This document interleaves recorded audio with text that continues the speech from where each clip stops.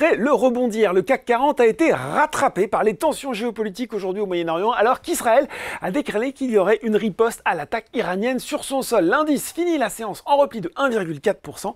Il enfonce la barre des 8000 points vers les 7933 points et 3,5 milliards d'euros échangés.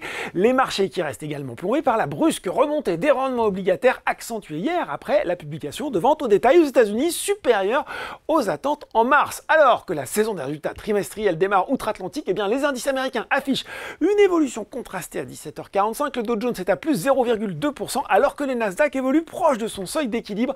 À noter parmi les valeurs Bank of America qui cède 3,8%, la banque qui a vu ses profits chuter à cause des pertes liées au marché de l'immobilier de bureau et aux prêts à la consommation. On revient à Paris, on regarde les valeurs en hausse comme d'habitude. C'est Emeis, c'est le nouveau nom d'Orpea qui est aux commandes du SBF 120 devant Air France, KLM, Fusion Group et Eramet, le producteur de nickel qui signe sa troisième séance de progression. Oddo BHF a relevé son objectif de cours de 94 à 109 euros, estimant, je cite, que le commodity mixte, plutôt attractif avec le rebond du nickel, du lithium et surtout du manganèse. Seules deux valeurs du CAC 40 progressent, Orange et Téléperformance. Du côté, à des valeurs en baisse cette fois-ci, bien sûr le SBF 120.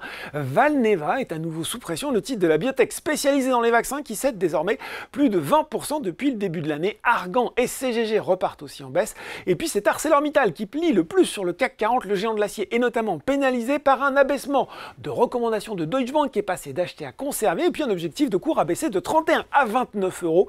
Le département d'analyse de la banque allemande qui note que, je cite, là aussi, la demande reste faible sur de nombreux marchés et que les données statistiques chinoises demeurent médiocres et continuent de peser sur les marchés de l'acier et du minerai de fer. Coup de frein également sur les valeurs de l'auto, Renault et Stellantis.